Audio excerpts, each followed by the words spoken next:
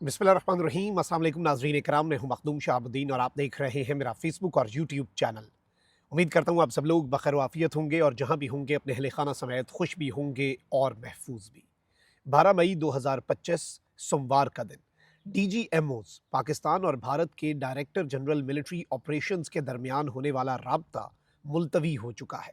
इस राब्ते के मुलतवी होने के हवाले से कुछ बड़ी अहम तरीन तफसीलात हैं और इस सब के अंदर भारत और पाकिस्तान के दरमियान इस वक्त किस नुक्ते पर डेडलॉक है, ये बहुत इंपॉर्टेंट डिटेल्स हैं जो आपके सामने रखनी है। इसके साथ ही साथ नरेंद्र मोदी की सरकार ने आज एक तारीखी सरेंडर किया है। कल दबे लफ्जों में इनडायरेक्टली कुछ ना कहकर भी डीजीआईएसपीआर ने भारत को एक बहुत वाजे और दो टोक धमकी दी थी और आज नरेंद्र मोदी ने उसी धमकी को जहन में रखते हुए एक तारीखी सरेंडर किया है। डैम्स के मुंह किस तरह से खुले गए हैं, इस हवाले से कुछ डिटेल्स हैं जो आपके सामने रखनी है। वहीं दूसरी जानिब पाकिस्तानी जीत का जश्न जो है वो अब मुख्तलिफ ममालिक तक फैल चुका है।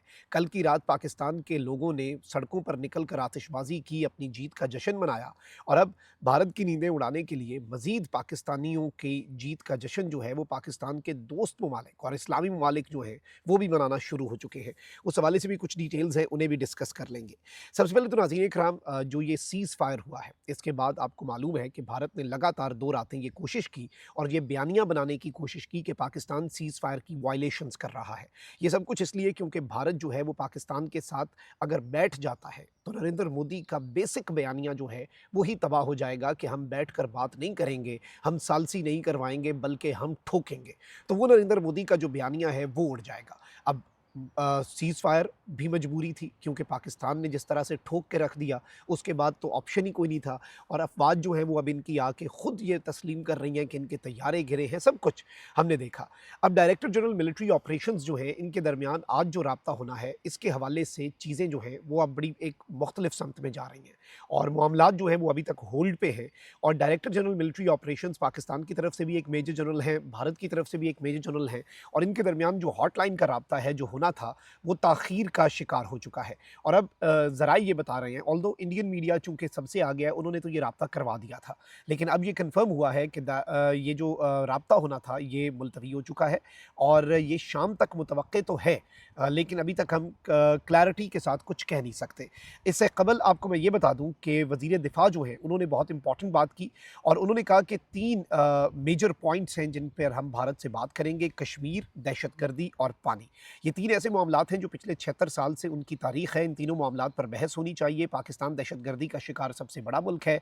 ये एक सुनहरी मौका है कि दोनों मुल्क दहशतगर्दी का मसला हल करें। मसला कश्मीर के हल के लिए भारत और पाकिस्तान के लिए ये सुनहरी मौका है। ट्रंप ने मसला कश्मीर पर बात करके एक पेशरफ्त की है। ट्रंप ने कहा है कि मसला कश्मीर जो है वो ज़ेरे बहस आना चाहिए।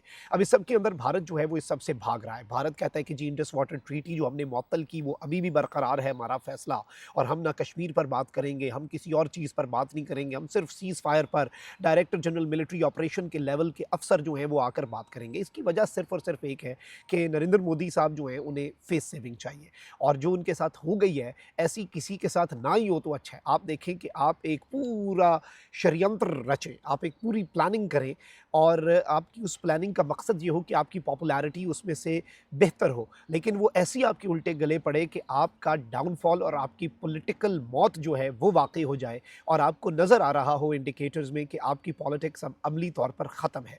तो ये सब कुछ है, तो इस सब के अंदर कमज़र्फ़ दुश्मन जो है वो ख़तरनाक होता है। फ़रेबी दुश्मन जो है, कनिंग एनिमी जो है वो बड़ा ख़तरनाक होता है।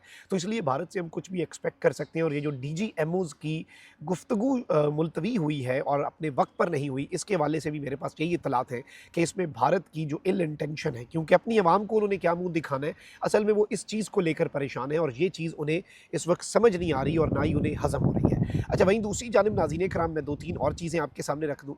सबसे पहले तो इस वक़्त एक तरफ भारत जो है वो ये कह रहा है कि जी इंडस वाटर ट्रीटी जो हमने मुअत्तल की, सिंध तास मुआहिदा। अब डीजीआईएसपीआर जो है जनरल अहमद शरीफ और उनके साथ जो दीगर हमारे एयरफोर्स और पाक नेवी के डीजीएमओज़ थे, अगर हम उनकी गुफ्तगू को कल सुने तो उसके अंदर एक सवाल हुआ कि भारत तो कहता है कि सिंध तास मुआहिदा जो है वो अभी तक मौखर ही रहेगा, उस पर अमल दरामद हमने रोक दिया है, वो कैंसल्ड है। और पाकिस्तान ये कह चुका है कि जो भारत अगर पानी रोकता है तो उसे एक्ट ऑफ वॉर समझा जाएगा, उसे जंगी कदम समझा जाएगा भारत का। तो भारत तो ये स्टेटमेंट्स दे रहा है, भारत का मीडिया तो ये बढ़ के मार रहा है और हम तो ये कह चुके हैं। तो इस पर डीजीआईएसपीआर ने, क्योंकि ऑब्वियसली आपने दबे लफ्ज़ों में बात करनी होती है, उन्होंने मैसेज दे दिया। उन्होंने कहा भई हमारा जो पहले बयान था अभी भी वही है, हमारा जो पहले मौक़िफ़ था अभी भी वही है। मतलब इसका सादा है, मतलब इसका वाज़ेह है कि इससे पहले भी हमने ये कहा था कि पानी रोकना एक्ट ऑफ वॉर होगा, तो अब भी पानी रोकना एक्ट ऑफ वॉर ही होगा, ये चीज़ याद रखना। यानी ये इनडायरेक्टली या डायरेक्टली आप इसे जो मर्ज़ी समझ लें, इससे क्लियर मैसेज जो है वो पाकिस्तान की फ़ौज की तरफ से नहीं जा सकता था।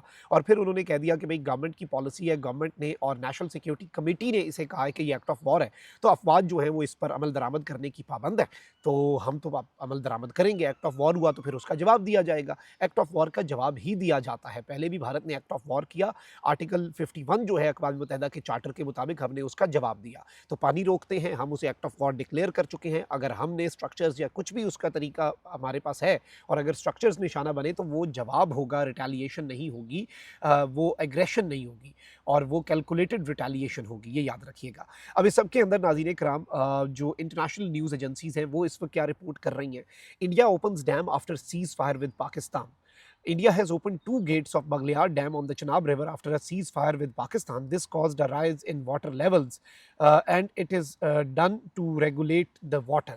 अब ये जो नाज़रीन कराम भारत की तरफ से डैम्स खोले गए हैं और ये विजुअल्स जारी किए गए हैं, आई थिंक कि ये भी एक बहुत क्लियर कट मैसेज है कि आखिर सरेंडर किसने किया। और इस नुक्ते पर भी आप मीडिया पर ज़राए से जितनी मर्ज़ी खबरें चलवा लें, लेकिन असल वही होता है, actions speak louder than words. आपने अपने डैम्स खोले और अब इंटरनेशनल मीडिया इस चीज़ को रिपोर्ट कर रहा है। ये इस जानिब एक बहुत क्लियर इशारा है कि आपको इस सब के अंदर मुँह की खाना पड़ी है, आपको इस सब के अंदर रुसवा होना पड़ा है, आपके पास कोई ऑप्शन नहीं था, आप खुद भाग कर गए। और इस वक्त तो इंटरनेशनली भी ये बात इस्टेब्लिश हो रही है कि भारत ने सीज़ फायर की रिक्वेस्ट की, भारत ही था जो इस सब के अंदर जो है वो शिकस्त खुर्दा हुआ, पाकिस्तान का नुकसान नहीं हुआ। आप देख लें जितने आलमी जरीदे हैं उनका आप इस पर ओपिनियन पीस देख लें, तो वो भी यही कहता है कि भारत जो है वो अब एक खित्ते के अंदर एक वीक मुल्क के तौर पर उभर कर सामने आया और पाकिस्तान ने अपना लोहा मनवाया है। तो पाकिस्तान जंग भी जीत गया, पाकिस्तान ने आपसे पानी भी खुलवा दिए, पाकिस्तान ने आपसे सीज़ फायर के लिए दुनिया के ममालिक जो हैं उनके मिन्नत तरले भी करवा दिए।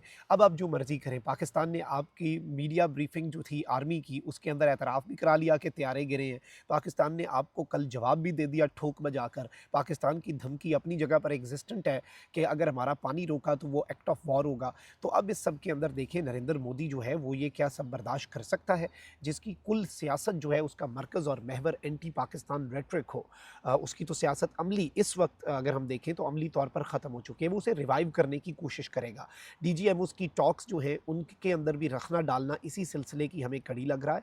और इस सब के अंदर जो ये लगातार 2 रातों से सीज़ फायर के मुआहदे की खिलाफ वर्जी का इल्ज़ाम पाकिस्तान पर लगा रहे हैं, उसे भी हम शक की निगाह से देख रहे हैं, क्योंकि हमारा पाला जिस दुश्मन से पड़ा है वो चालाक भी है, शातिर भी है और कमज़र्फ़ भी है और वो फ़ॉल्स फ्लैग्स जो हैं उनका माहिर भी है। तो पाकिस्तान पर लगातार 2 रातों से इल्ज़ाम लगाना और आकर कहना कि हम सीज़ फायर की वायलेशंस कर रहे हैं, फिर डीजीएमओज़ की टॉक्स को मुलतवी करना, this is a clear message what India and what Narendra Modi specifically अगर हम उसकी बात करें what he is up to. वहीं दूसरी जानिब नाज़रीन इकराम, इस वक्त तुर्किया और आज़रबाईजान ये 2 मुल्क वो हैं जो पाकिस्तान से बेतहाशा मोहब्बत करते हैं। और मैं आपको ये भी बता दूं कि आज़रबाईजान की जंग में भी पाकिस्तान ने आज़रबाईजान की सपोर्ट की, उसके बाद जो वहाँ पर जज्बात उभरे पाकिस्तान के लिए वो तो अनप्रेसिडेंटेड हैं।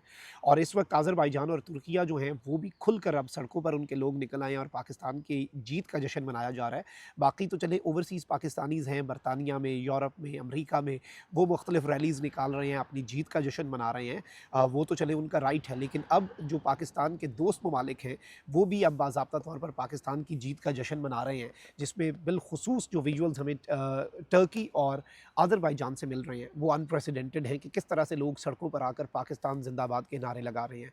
और ये एक क्लियर कट मैसेज है कि वी आर नॉट अलोन, हम तनहा नहीं हैं, हमारे दोस्त, हमारे भाई हमारे साथ खड़े हैं। अलबत्ता भारत जो एक्सपेक्ट कर रहा था इंटरनेशनल सपोर्ट इस जंग के अंदर, वो उसे नहीं मिली और वो उसके लिए लम्हाए फ़िक्र है। अपना बहुत ख्याल रखिए। अल्लाह निगहबान, पाकिस्तान जिंदाबाद।